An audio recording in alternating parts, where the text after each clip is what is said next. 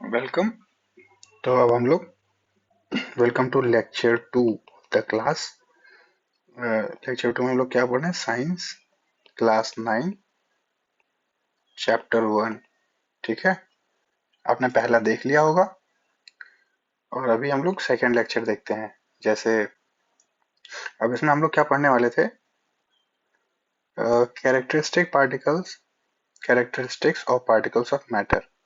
Particles of matter have space between them. ठीक है, अब जैसे हम लोग यहाँ पढ़ने वाले थे सॉलिड, लिक्विड और गैस। सॉलिड, लिक्विड और गैस। ठीक, तो कोई भी चीज, जैसे सॉलिड में मान लो एक ग्लास स्लैब हो गया, मान लो एक ग्लास है ना। लिक्विड में हम लोग ले लेते हैं वाटर को। ठीक, और गैस में हो गया हमारा कोई डिओड्रेंट हो गया। ठीक है, जो एयर में घूमता रहता है, गैस हो गया, गैस के पार्टिकल एयर हो गया, इट इज ऑल्सो गैस। ठीक, तो अब ठीक है, अब हम लोग देखते हैं कि कोई भी चीज को हम लोग सॉलिड, लिक्विड या गैस कैसे कह देते हैं। तो अभी हमने पहले वाले क्लास में पढ़ा कि all the matter is made up of particles, है ना। सारे matters are made up of, all the matters are made up of particles. ठीक, अब जैसे होता क्या है कि अब यहाँ पे थोड़ा ध्यान से सुनिएगा। जैसे सॉलिड की अगर हम बात करें तो सॉलिड में जैसे ये हमारा ग्लास स्लैब था, जो जो आप मॉल्स में देखते होंगे।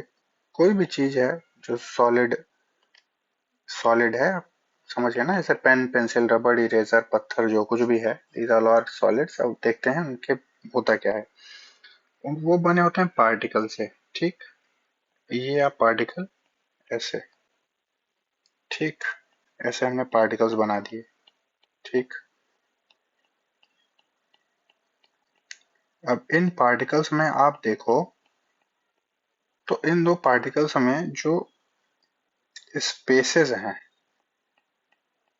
Intermolecular space. जैसे अब दो को अगर हम यहाँ बड़ा बड़ा बनाए, जैसे एक ये और एक ये पार्टिकल है, इन दो पार्टिकल के बीच में जो स्पेस होता है उसको बोलते हैं इंटरमॉलिक्यूलर स्पेस। क्या बोलते हैं? Inter molecular space. ठीक, अब स्पेस अगर जितना ज्यादा होगा, ठीक है, स्पेस अगर ये मान लो इतना ज्यादा हो गया, तो पार्टिकल 1 और पार्टिकल 2 एक दूसरे से उतने दूर हैं, तो ये गैस वाले में चला जाएगा। लेकिन अगर इंटरमॉलिक्यूलर स्पेस इन दोनों में कम है, ठीक है, जैसे एज कंपेयर टू मान लो नेग्लिजिबल है, एकदम कम है, दो मॉलिक्यूल के बीच में कोई जगह नहीं है, तो वो चले जाएंगे सॉलिड में। जैसे कि ये है, देखो इन दोनों के मॉलिक्यूल के बीच में स्पेस बहुत कम है। लेकिन अगर इन दो मॉलिक्यूल के बीच में देखो, ये हो गया पहला केस, ये दूसरा, ये तीसरा। तो पहले में देखो अगर मॉलिक्यूल स्पेस है, लेकिन स्पेस उतना ज्यादा नहीं है जितना कि गैस में है। ठीक है, तो मतलब स्पेस तो है, तो उसको हम लिक्विड वाली कैटेगरी में ले आएंगे।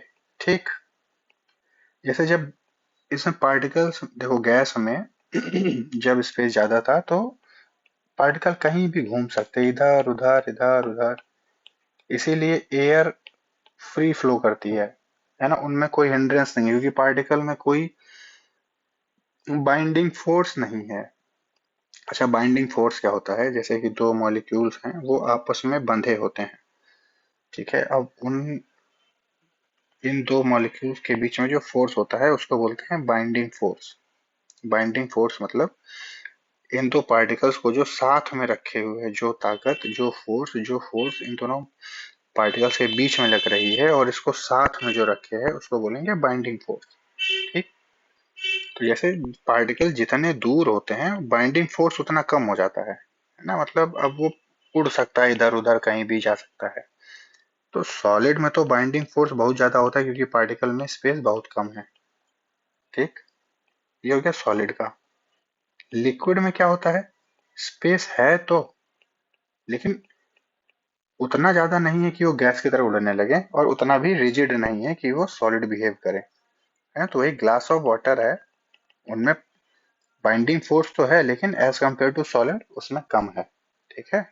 तो बह तो सकते हैं, वो बह जाएंगे, ठीक है, लेकिन वो गैस की तरह उड़ेंगे नहीं। अब बात करें अगर गैस की, तो गैस में देख रहे हो आप कि मतलब इंटरमोलिकुलर स्पेस बहुत ज्यादा है, ठीक है, दो दो पार्टिकल्स के बीच में। तो ये उड़ते हैं, जैसे डीओ हो गया। अब जैसे हम लोग घर में मान लो पूजा किए तो अगरबत्ती जलाए, तो एक अगरबत्ती का जो धुआं है वो बहुत जल्दी एक कमरे से दूसरे कमरे से तीसरे कमरे में फैल जाता है। इट इज बिकॉज कि एयर में जो मतलब गैस में जो पार्टिकल्स हैं वो काफी दूर दूर हैं और वो बहुत जल्दी डिफ्यूज हो जाते हैं, इधर उधर भाग जाते हैं ना, मतलब they are free to move, किसी बाइंडिंग फोर्स से बंधे नहीं है। That is why they are capable of moving to large distances. अब देखो, जैसे हम आपको डिफ्यूजन के बारे में बताते हैं, ठीक है। डिफ्यूजन, डिफ्यूजन में क्या होता है, बस सुनो थोड़ा। डिफ्यूजन मतलब कि एक चीज पहले, एक लाइन रिमेम्बर ध्यान रखो, जैसे कि थिंग्स फ्लो फ्रॉम, जो कुछ भी है, जो कुछ भी बहती है, it flows from higher concentration to higher concentration to lower concentration, ठीक। कहीं भी चीज, कुछ भी चीज फ्लो होती है, it flows from higher concentration to lower concentration. तो इसको हम थोड़ा इरेज कर देते हैं, ठीक है। ये समझ में आ गया होगा आप लोगों को। अब जैसे डिफ्यूजन में higher concentration to lower concentration का मतलब क्या हुआ, मतलब ये जैसे मान लो एक कमरा ये है, एक कमरा ये है, ठीक है। अब यहाँ पे पूजा वाला कमरा था, यहाँ पे तुमने अगरबत्ती जलाई, तो अब होगा क्या कि इस कमरे में पहले स्मोक काफी कम था, और यहाँ पे भी स्मोक नहीं था। यहाँ पे स्मोक जब तुमने जलाया तो यहाँ पे हो गया, तो पहले ये कमरा भर गया, तो यहाँ पे स्मोक के पार्टिकल्स की डेंसिटी ज्यादा हो गई। तो चीजें कहाँ से कहाँ फ्लो करती हैं, from higher concentration to lower concentration. अब यहाँ पे धुआं का मात्रा ज्यादा हो गया, अब धुआं ज्यादा से कम की ओर तरफ जाएगा, ठीक है। तो देखो, इट फ्लोज फ्रॉम, जहाँ पे ज्यादा था यहाँ पे बिल्कुल नहीं था, तो धुआं इधर की तरफ फ्लो होने लगेगा। अब मान लो इस कमरे में धुआं हो गया, बगल में एक और कमरा है, यहाँ पे धुआं नहीं है। अब यहाँ पे उसका कंसंट्रेशन ज्यादा है स्मोक का, है ना, अगरबत्ती के धुएं का। अब वो यहाँ से उड़ के इस कमरे में ऑक्यूपाई करेगा, अब यहाँ पे भी हो जाएगा। एक कमरा इधर था, अब यहाँ ज्यादा है, यहाँ नहीं है, तो यहाँ से यहाँ होने लगेगा। ऐसे ही आपको समझ में आया कि जो भी कंसंट्रेशन है, जो भी पार्टिकल्स हैं, they flow from higher concentration to lower concentration, ठीक। तो ऐसे ही कोई परफ्यूम लगा ले, किसी कमरे में अगरबत्ती जल रही है ना, तो it always flows from higher concentration to lower concentration, ठीक है। अब जैसे गैस के पार्टिकल्स में, जैसे मान लो कभी आपके सिलेंडर से कभी कोई लीकेज होने लगे, तो जब लीकेज होता है तो हम लोग को पता चल जाता है ना, कि देखिए गैस लीक हो रहा है, उसको बंद करो, ठीक है। तो उसका रीजन यही है कि गैस है, उसमें इंटरमॉलिक्यूलर स्पेस काफी ज्यादा है, बाइंडिंग फोर्स काफी कम है, ठीक है। और बाइंडिंग फोर्स कम होने की वजह से वो लोग काफी दूर दूर तक, वो काफी दूर मतलब है ना, वो बहुत तेजी से वो मूव कर सकते हैं कमरे में, ठीक है। इसीलिए हमको गैस जब लीक होती है तो पता चल जाता है ना। और वो जो गैस लीक होती है, एलपीजी मान लो सिलेंडर है, उसमें भरा है, तो उसमें एक, पहले तो वो जो गैस होती है उसको पता नहीं चलता है कि वो मतलब लीक हो रही है, लेकिन उसमें एक ऐसा कंपोनेंट मिलाया जाता है जिससे उसकी स्मेल थोड़ी सी फाउल हो जाती है, जो कि ये बताती है कि वो जो गैस है वो लीक हो रही है। अब वो कौन सा एलिमेंट है वो हमको देखना पड़ेगा, वो हम अगली वाली लेक्चर 3 में आपको बता देंगे कि वो कौन सा गैस उसमें मिलाया जाता है एलपीजी में, कि उसका स्मेल जो है वो फाउल हो जाए और हमको पता चल जाए, ठीक। तो आपको डिफ्यूजन समझ में आया, from higher concentration to lower concentration. तो एवरीथिंग डिपेंड्स, ये सॉलिड लिक्विड गैस में एवरीथिंग डिपेंड्स अपॉन इसके लिए, मतलब इंटरमॉलिक्यूलर स्पेसेस में, है ना। अगर फोर्स बाइंडिंग, दो चीज है आपको ध्यान देना होगा, एक तो हो गया बाइंडिंग फोर्स और इंटरमॉलिक्यूलर स्पेस, ठीक है। और सॉलिड जो है, इनमें इनमें खींचातानी नहीं हो सकती, है ना। दे आर, मतलब दे आर सॉलिड, इनको हम लोग खींच खींच वींच नहीं सकते, पिचका नहीं सकते, है ना। तो सॉलिड एक बार हो गया तो मतलब दे आर कंप्रेस नहीं कर सकते, नेग्लिजिबल कंप्रेस है, ठीक है, नेग्लिजिबल कंप्रेसिबिलिटी है। वही वाटर में क्या है कि ये किसी भी चीज का शेप ले सकते हैं, ग्लास में डालोगे ग्लास का शेप, पाइप में डालिए पाइप का शेप, ठीक है। किसी बॉटल में रखे तो वो बॉटल का शेप ले लिया, ठीक है। तो they can be transformed, liquid can be transformed. Gas gas में कंप्रेसिबिलिटी बहुत ज्यादा होती है, कंप्रेस कर सकते हैं इनको बहुत ज्यादा, है ना। क्यों, देखो जैसे एलपीजी सिलेंडर है हमारे घर में, तो वो काफी कंप्रेस करके तब लाते हैं हम लोग, 19-20 किलो का होता है वो गैस के सिलेंडर, तो इतना कंप्रेस करके उसको लाते हैं हम लोग, है ना। तो गैस में कंप्रेसिबिलिटी, कंप्रेस करने का स्कोप ज्यादा है, क्योंकि जो गैस के पार्टिकल दूर दूर है ना। तो उनको अगर दबाओगे तो क्या होगा, बहुत ज्यादा अपन इतने थोड़े पास पास आ जाएंगे, यही है। तो फिर जब तुम इनको ओपन करोगे फिर पार्टिकल दूर दूर भाग जाएंगे, है ना। तो जैसे सॉलिड में तो ऑलरेडी स्पेस बहुत कम है, तो उसमें बहुत क्या कंप्रेस करोगे। और लिक्विड में भी, लिक्विड में देखो ये,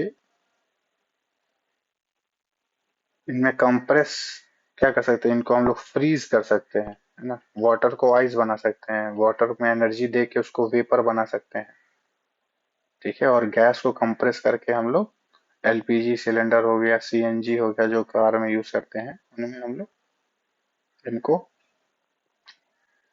यूज कर सकते हैं, ठीक है। तो अब इसे में पढ़ लेते हैं। particles have spaces between them, this shows that there is enough space between particles of matter, है ना। अच्छा, अब एक चीज और आप देखो, यहाँ पे क्या कह रहे हैं, जैसे एक ग्लास है, उसमें नींबू पानी, भाई नींबू पानी, नींबू पानी में क्या है, जैसे पार्टिकल है, जैसे हम लोग ग्लास के पानी में चीनी डाले तो वो घुल जाती है, तो वाटर के मॉलिक्यूल्स के बीच में जो स्पेसेस हैं, उन्हीं स्पेसेस के बीच में जाके वो चीनी एडजस्ट हो जाता है, इसीलिए वाटर का लेवल राइज नहीं होता है। नहीं तो चीनी डाले हैं तो वाटर का लेवल तो बढ़ जाना चाहिए, है ना। लेकिन वो ऐसा नहीं होता है, क्योंकि वाटर के मॉलिक्यूल्स के बीच में जो स्पेसेस हैं वो उनमें सेटल हो जाता है, ठीक। दैट इज वाई हम लोग कह सकते हैं कि these particles, that there is a enough space between the particles of matter, ठीक। उम्मीद करते हैं भाई साहब समझ में आ गया होगा, समझ में आया होगा, तो हमको रेस्पॉन्स कर देना थोड़ा, ठीक है, या कमेंट में बता देना कि समझ में आ गया और क्या। अब particles of matter are continuously moving, that is they possess what we call kinetic energy। तो जो भी पार्टिकल हैं उनके अंदर काइनेटिक एनर्जी होती है, they move from here and there, ना, ये चलते रहते हैं। एज द टेम्परेचर राइजेस, जैसे कि टेम्परेचर अगर हम लोग बढ़ाते हैं हम लोग, तो भी पार्टिकल की एनर्जी क्या होती है, बढ़ती है ना। पहले पार्टिकल ऐसे बैठा था, अभी हमने टेम्परेचर बढ़ाया, पार्टिकल पहले इतना वाइब्रेट कर रहा था, अभी वो ऐसे ऐसे वाइब्रेट करेगा, एनर्जी ज्यादा हो गई तो पूरा वाइब्रेट करेगा, ठीक। So we can say that with increase in temperature the kinetic energy of the particle also increases, ठीक। अब यहाँ पे लिखा है this intermixing of particle of two different types of matter on their own is called diffusion, है ना। इनको diffusion, है ना, डिफ्यूजन, घुल मिल जाने को क्या बोलेंगे, डिफ्यूजन। अब particles of matter of force acting between them, वो फोर्स हमने बताया बाइंडिंग फोर्स है। The force keeps a particle together, साथ में रखता है। The strength of this force attraction varies from one kind of matter to another. तो strength है, इट वेरीज, है ना, वो वेरी करता है कि वो जैसे सॉलिड है कि लिक्विड है या गैस है, वो वेरी करता है। अब states of matter, there are 3 states of matter, solid, liquid, gas. Variation in the characteristics of the particular matter हमने बताया। सॉलिड स्टेट, सॉलिड में क्या है, डेफिनेट शेप है, डिस्टिंक्ट बाउंड्रीज हैं उनकी, और फिक्स्ड वॉल्यूम है ना। वॉल्यूम, शेप और बाउंड्री सब फिक्स हैं। नेग्लिजिबल कंप्रेसिबिलिटी है ना, कंप्रेस उनको ना के बराबर किया जा सकता है। Tendency to maintain their shape, वो अपना शेप मेंटेन रखते हैं जब कोई आउटसाइड फोर्स लगे तब भी। अगर पेंसिल को कितना भी दबा लो या पेन को कितना भी दबा लो, they are tend to make their own shape, है ना। उनमें तुम उनको दबाने से उनको पिचका थोड़ी रहे हो, वो अपने शेप में है। जैसे रबर बैंड है, रबर बैंड में क्या होगा, रबर बैंड में हमने पहले मान लो इतना था, हमने खींच के उसको यहाँ पहुंचा दिया, फोर्स लगाया, उसने अपना शेप चेंज कर दिया। लेकिन जब फोर्स हटा तो वापस से ओरिजिनल स्पेस में आ गया, ओरिजिनल शेप में। लेकिन अभी उनको हम खींचते जाएं, यहाँ तक उसका लिमिट था, हम आगे खींच दिए तो एक पॉइंट आएगा कि वो ब्रेक हो जाएगा, है ना। तो मतलब उसको फर्दर एक्सटेंड नहीं किया जा सकता। ठीक है, तो ये रबर बैंड का है मामला। स्पंज में क्या होता है, स्पंज में हवा भरी होती है, जब हम उसको दबाते हैं तो वो हवा बाहर निकल जाती है। ठीक है, तो उसके बाद जब हम छोड़ते हैं उसको रिलैक्स फेज में, तो वापस से वो ओरिजिनल स्पेस में, मतलब ओरिजिनल शेप में आ जाता है। ये सॉलिड है। ठीक है, अब लिक्विड में देखो, नो फिक्स्ड शेप, किसी भी चीज में वो ले सकता है। Liquid flow and change shape are not rigid but can be called fluid. The gases from the atmosphere diffuse and dissolve into water. जो गैसेस हैं दे